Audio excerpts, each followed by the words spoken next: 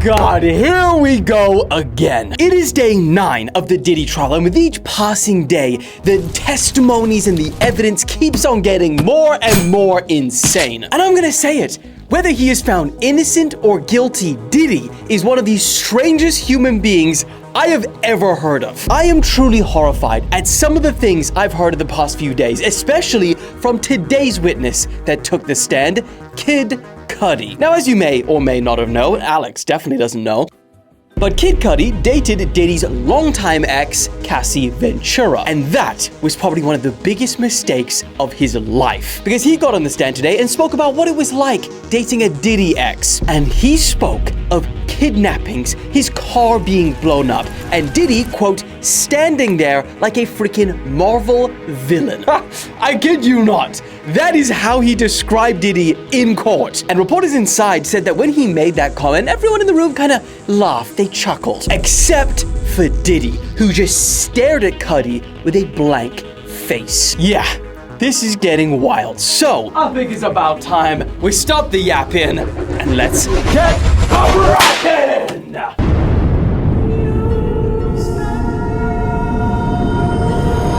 So last week, we spoke about the horrors of the reality of dating Diddy through the testimonies of his ex, Cassie Ventura. Now, if you haven't watched that video yet, go back now. Alex is showing you to go back because you need to watch the first part so it really paints a good picture, full picture of the diddler. But in the days at court since then, we have seen Diddy's lawyers try and frame Cassie as anything other than a victim. Things like trying to argue to the jury that she was unfaithful to Diddy and she was a dirty, cheating whore. Probably can't say any of that. Not my words. And it's probably gonna be beep, beep, beep. And if you think about it, it's a pretty weird angle to take for the lawyers, since we also heard that Diddy literally paid male prostitutes to sleep with her in front of him while he ordered them to. So weird. Who's the whore? Then again, it makes a little bit more sense when you find out that. Sorry, this one is crazy. When you find out that one of Diddy's lawyers is the guy that represented Young Thug. You know, remember Young Thug? Young, truly, humble under God. I mean, despite how bizarre that whole thing was, he still ended up getting Young Thug freed, so can't knock it. Anyway, so since our last update, we've also heard numerous other witnesses, mostly male prostitutes that Diddy hired. One nicknamed the Punisher. Yeah, I told you. What? Another strange part about all of this is how often food is coming up in the trial. Because it turns out, another weird detail is that Diddy is apparently a big fan of ketchup and applesauce. Yes, apparently the diddler loves applesauce so much that he puts it on his burgers. Which begs the question, why are we talking about this in a trial about racketeering and sex trafficking? But I mean, applesauce on burgers, guilty.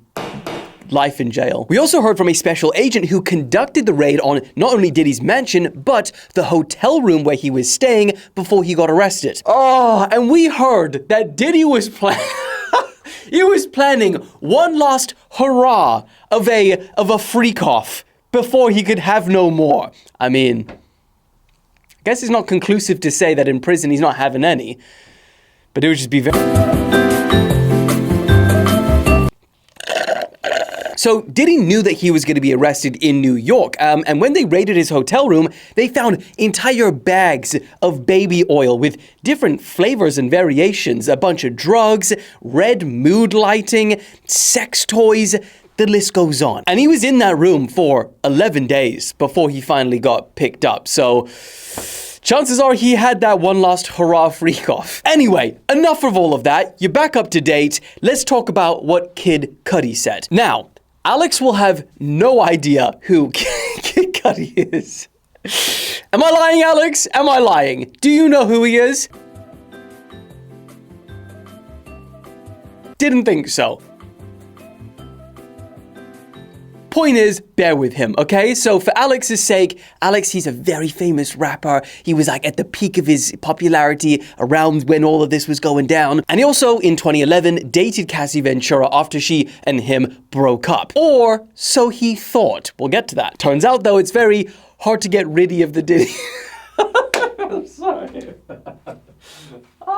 So, according to Cudi's testimony, one morning, Cassie calls Cudi at around 6 a.m. and she's super distressed, saying that Diddy had found out that those two were dating. Now, this was apparently news to Cudi because he said in court that he didn't even know that those two were in contact at the time. But anyway, regardless, he goes and picks Cassie up and he takes her to a hotel, thinking that it would be safer if Diddy didn't know where she was. Now, when the two get to the hotel, Cudi gets a phone call, a very scared one at that, from someone who had worked for Diddy, like an assistant, called Capricorn Clark. And let me just say, I'm sorry. I'm not... These are all strange names, I know, but... what am I supposed to do? It's there. Anyway, long story short, Capricorn Clark says, on the verge of tears, that Diddy and another accomplice had taken him by force to go and break into Kid Cudi's house. Taking someone by force, aka... kidnapping. You can see where the prosecution is going with this. And to be fair, according to evidence, definitely someone had been in Cudi's house. It was said in court that cameras had been moved, some Chanel gifts, very expensive ones, had been opened, and Cudi's dog was locked up in a bathroom when normally he would go and roam the house. We also heard that he had owned this dog for like 2 years, but ever since that day, he was always really scared and a little bit freaked out, that poor dog. So after hearing about this, Cudi starts driving home and he calls Diddy, apparently he has his number, and he says, "Mother effer, are you in my house?" And Diddy, quite strangely, very calmly replies, "I just want to talk. I'm here in a car waiting outside for you." Cudi replied, and which is fair enough, "I don't want to talk to you. You just broke into my house and hurt my dog, so I'm calling the police." Now, later, it came out during the trial that Cassie was the one who had given Diddy Cudi's home address. Anyway, police show up, it all gets wrapped up, and you think it's all over. No. A few weeks later after that break-in, Cudi gets a call from his dog sitter, and she says to him, "Your car is on fire." Turns out, someone put a freaking Molotov cocktail inside and burnt the hell out of his extremely expensive Porsche. Pictures are shown in court that they, whoever did this, cut a hole in his car's roof and then dropped the Molotov cocktail inside. Now, believing that Diddy was the person responsible for this, Cudi calls Diddy again and says, "Let's talk. This is getting out of hand." Yeah, no kidding. Now, Diddy agrees to this and they set up a meeting. This is when prosecutors asked Kid Cudi about, what was Diddy's demeanor or behavior like at that meeting? To which Cudi responds, he was just standing there like a Marvel supervillain. Okay, I'm not taking the blame for this one. Alex will take responsibility for Diddy's supervillain name and his special powers. So this is what it is in 3, 2, 1.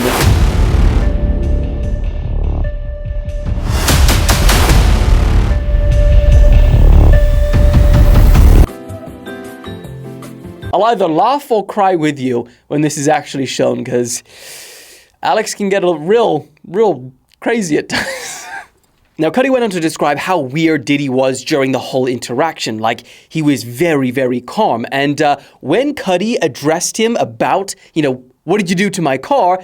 Diddy apparently said, "I have no idea what you're talking about." The old classic. Now, that prompted Cudi to just basically get up and leave the meeting, and that was the last time that he apparently saw Diddy and Cassie. But the reason that prosecutors would have loved Cudi's testimony is that arson and kidnapping would be key crimes when building up a case for racketeering. Cudi also told the court at one point that he felt played by Cassie because he didn't apparently know that Diddy and Cassie still had something going on with each other. That led Diddy's lawyer, good old young, truly humble under God, Brian Steele, to jump in and then use that narrative to pin this kind of on Cassie, saying that, fingerprints were collected, DNA was taken, but it came back linked to a female. And then he also said to Cudi at one point, "You got played by the same person who played Mr. Combs, Cassie Ventura." Basically flipping it to the jury that Diddy was the one who got manipulated and played by Cassie, not the other way around.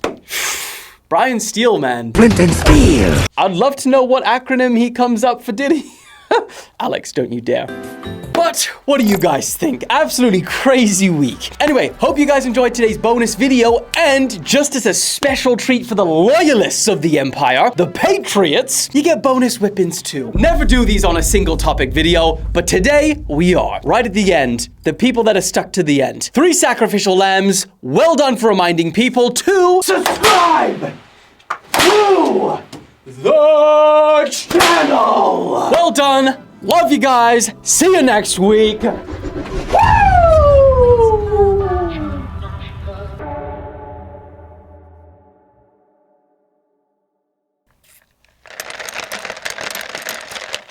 My summertime stuff now.